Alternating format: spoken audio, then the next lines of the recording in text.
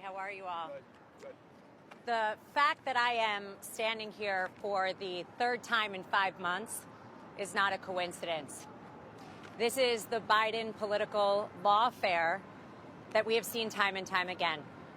It is a deflection from everything that they have done.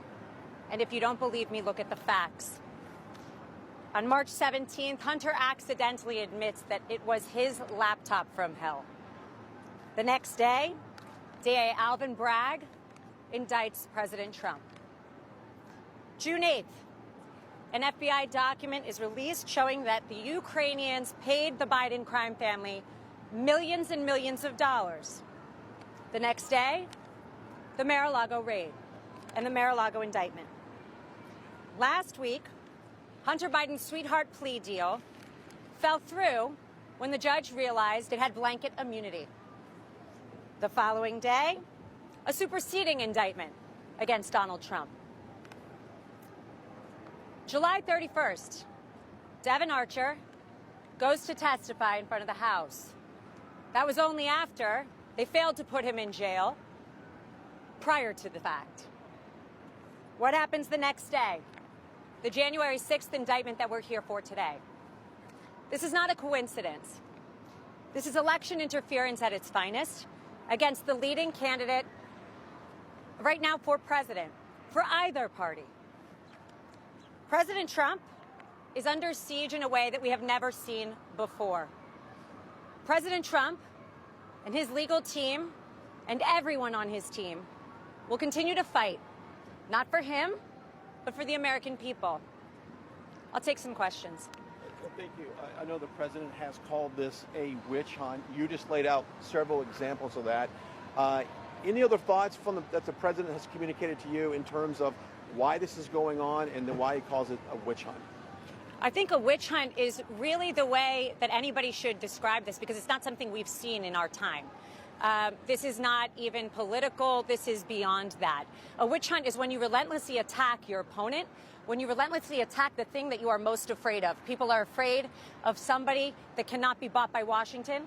People are afraid of somebody who is independently wealthy and who has given up his good life to fight for this country. And that frightens a lot of politicians who are career politicians, unfortunately, because he'll get back there, and I know he'll be fighting for every one of us so that this doesn't happen to us.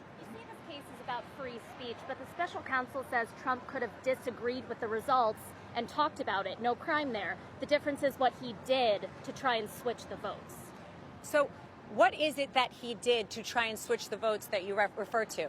By bringing cases, by using the law in an appropriate manner, unlike what we're sitting here today seeing? This is not appropriate. What President Trump did is he said, go patriotically and peacefully and protest. That is an American right. That is why we are America and we are not a third world country, although I will say that today I don't feel very much like we are in America. Yes? This case should go forward before or after the 2024 presidential election? I think that every court needs to look at this as a whole, right? It's not about the January 6th case. It's about the fact that in the matter of a couple months, we have seen them try and tie up, and me as an attorney, I've never seen this, tie up one individual who's running a campaign, running for office for president, so that he is in court, in depositions, and distracted, so that he won't properly run for 2024. And frankly, it's not going to work. Is the legal team going to argue that the election was stolen? I don't think that that's the argument that needs to be made. I think that anybody that believes that is misreading this. The truth is, as an American, there were questions that he had regarding the election integrity. We've seen documents come out, we've seen documentaries come out showing that there were issues with the election. And frankly, by bringing this, I don't think Jack Smith really thought it through. There only has to be proof that, number one, President Trump believed that this election was not completely honest.